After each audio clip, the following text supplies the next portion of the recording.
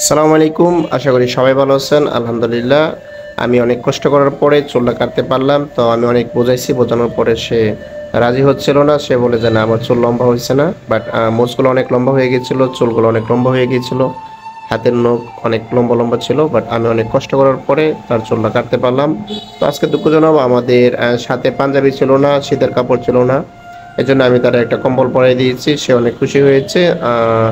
তো আমার জন্য সবাই দোয়া করবেন। দেশ ও প্রবাস থেকে যে যেখান থেকে আমাদের ভিডিওটা দেখবেন, সবাই আমাদের জন্য দোয়া করবেন, আমরা যেন অসহায় মানুষের পাশে থাকতে পারি। সবাই ভালো থাকবেন। আসসালামু আলাইকুম।